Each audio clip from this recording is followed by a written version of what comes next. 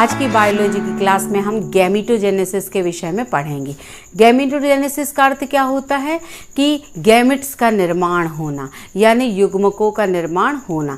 जैसे मनुष्य में क्या है कि लैंगिक द्विरूपता पाई जाती, मेल फीमेल अलग अलग हैं, तो मेल की बॉडी में अलग युग्मक बनते, फीमेल की बॉडी में अलग युग्मक बनते हैं। तो मेल की बॉडी में जो युग्मक बनते हैं उन्हें हम स्पर्मेटोजेनेसिस या शुक्राणु जनन कहते हैं, और फीमेल की बॉडी में जो युग्मक बनते हैं उन्हें क्या कहते हैं, अंडाणु जनन या oogenesis कहते हैं। तो इनके बारे में ही हम पढ़ेंगे। एग्जाम में 12th के एग्जाम में इनसे बहुत सारे क्वेश्चंस पूछे जाते हैं। तो सबसे पहले पढ़ रहे हैं हम स्पर्मेटोजेनेसिस। ये जो पूरा डायग्राम दिख रहा है ये काय का है, स्पर्मेटोजेनेसिस या शुक्राणु जनन का। ये क्रिया कहाँ होती है, ये क्रिया जो होती है मेल की टेस्टीज में, यानी वृषण में यह क्रिया पाई जाती है। जो टेस्टीज है ना उसके अंदर, मैंने आपको ये इसके पहले आपने मेरा वीडियो देखा होगा मेल रिप्रोडक्टिव सिस्टम, तो मैंने बताया है कि जो टेस्टीज होती है ना मेल की, उसमें 250 कक्ष होते, और हर एक कक्ष में इस तरह से ये होती है। इसमें ऐसे कक्ष होते और कक्ष में नलियां होती, और उन नलियों को हम शुक्र जनन नलिकाएं कहते। उन नलिकाओं में ये पूरी क्रिया संपन्न होती है। तो आप यहाँ पर देखेंगे कि जो टेस्टिस की जो शुक्र जनन नलिका है उसमें प्रीमोडियल जर्म सेल यानी प्राथमिक जनन कोशिका पाई जाती है। ठीक है, आपको दिख रहा है। इस कोशिका से फिर इसमें क्या होता है, समसूत्री विभाजन होता है, बार बार होता है। तो समसूत्री विभाजन यानी क्या होता है, माइटोसिस। माइटोसिस में क्या होता है कि एक सेल से 2 सेल बनती है, और जो क्रोमोसोम्स की संख्या है, गुणसूत्र की संख्या है, जो मदर सेल में थी वही इन दोनों सेल्स में रहती। जैसे यहाँ 2n लिखा है ना, तो यहाँ भी 2n का मतलब क्या है कि गुणसूत्र जो है जोड़ी में है, यानी कि डबल हैं। तो ये इसमें एक पहला माइटोटिक डिवीजन हुआ, 2 बन गई, फिर से माइटोटिक डिवीजन है, फिर से समसूत्री विभाजन हुआ, इससे 2 बन गई, फिर इसमें हुआ, इससे 2, इससे बना, इससे 2, इससे में हुआ, इससे 2, और इसमें हुआ, इससे 2। ऐसे टोटल बार बार जब डिवीजन हुए तो एक सेल से कितनी सेल बन गई, यहाँ पर 8 सेल बन जाती हैं। अब ये 8 सेल जो बन गई ना, ये पूरा कौन सा डिवीजन हुआ है, माइटोटिक डिवीजन या समसूत्री विभाजन। इस पूरी अवस्था को हम मल्टीप्लिकेशन फेज या गुणन अवस्था कहते हैं। और ये जो 8 बन गई है ना, इनको हम स्पर्मेटोगोनिया कहते हैं। क्या कहते हैं, स्पर्मेटोगोनिया। अब ये स्पर्मेटोगोनिया की जो सेल्स है ना, अब यहाँ पर एक सेल के माध्यम से समझाया गया है। ये सेल जो है ना साइज में बड़ी हो जाती। कैसे बड़ी हो जाएगी, इसके अंदर बहुत सारे भोज्य पदार्थ इकट्ठा हो जाता है, जिससे कि इनमें से ही ये जो स्पर्मेटोगोनिया दिख रही ना, इन्हीं की बात कर रहे हैं। इन्हीं की सेल जो है भोजन इकट्ठा होने के बाद एक सेल से बता रही हूँ मैं कि इसमें एक सेल में भोजन इकट्ठा हो गई, साइज में बड़ी हो गई। इस अवस्था को हम ग्रोथ फेज कहते हैं, वृद्धि अवस्था। अभी और ये जो बन गया है ना, इसका नाम क्या होगा, प्राइमरी स्पर्मेटोसाइट, प्राथमिक स्पर्मेटोसाइट। उसके बाद क्या होगा, प्राथमिक स्पर्मेटोसाइट, इसमें फिर अर्धसूत्री विभाजन होगा, मतलब मियोसिस होगा। मियोसिस में क्या होता है, गुणसूत्र की संख्या आधी हो जाती। ये फर्स्ट मियोटिक डिवीजन है, 2n से n लिखा है यहाँ पर, यानी गुणसूत्र जो डबल थे ना, ये संख्या में आधे आधे हो गए। जैसे ये मान लीजिए यहाँ 46 गुणसूत्र थे, तो यहाँ 23 और यहाँ पर 23 हो गए।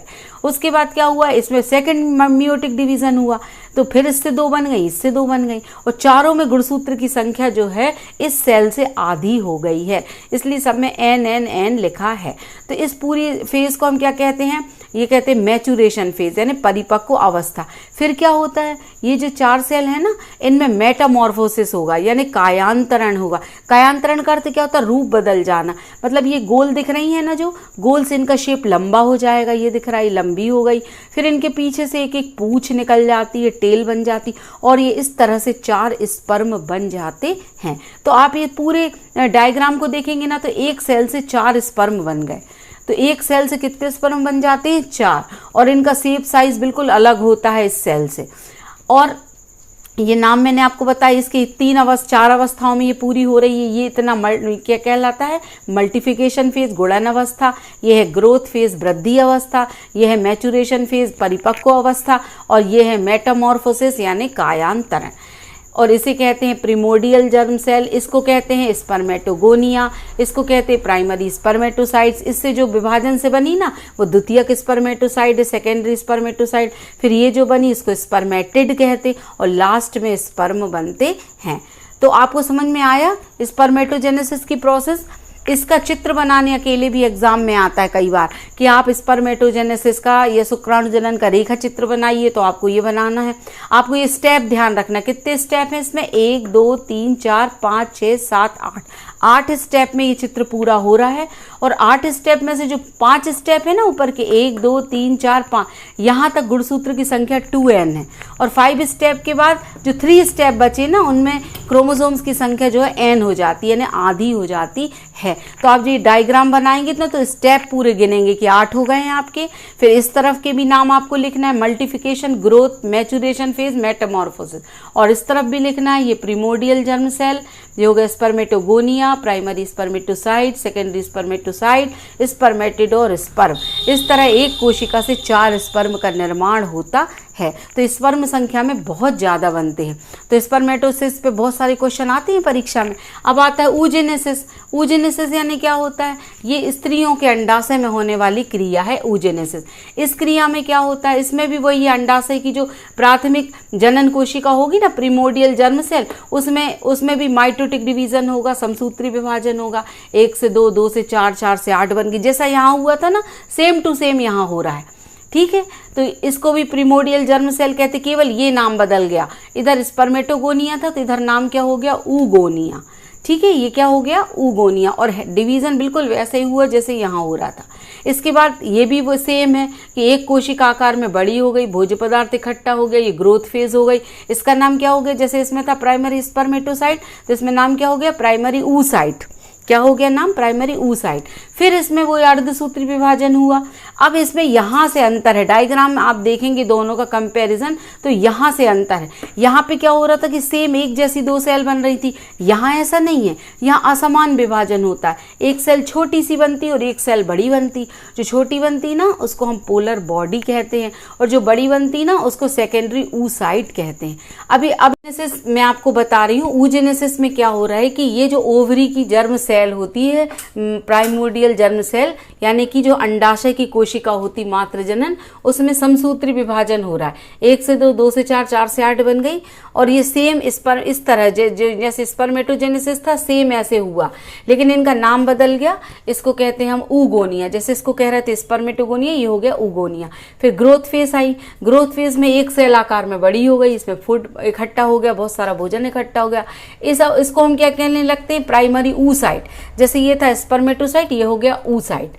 ये ग्रोथ फेज है। फिर इसमें असमान विभाजन हुआ, अब अर्धसूत्री विभाजन होगा। यहाँ तक देखिए गुणसूत्र की संख्या 2n, यहाँ तक 2n बिल्कुल सेम था, लेकिन यहाँ से चेंज हो जाएगा। इसमें जैसे 1 से 2 एक सी बन रही ना, इसमें ऐसा नहीं है, असमान विभाजन हुआ। एक सेल छोटी और एक बड़ी बनी। जो छोटी बनी उसको कहते हैं पोलर बॉडी, और जो बड़ी बनी ना उसको कहते हैं सेकेंडरी oocyte। अब ये छोटी कोशिका में फिर से विभाजन होगा, सेकेंड अर्धसूत्री विभाजन, सेकेंड मियोटिक। तो कितनी बन गई, इससे 2 बनी और इससे भी 2 बनी।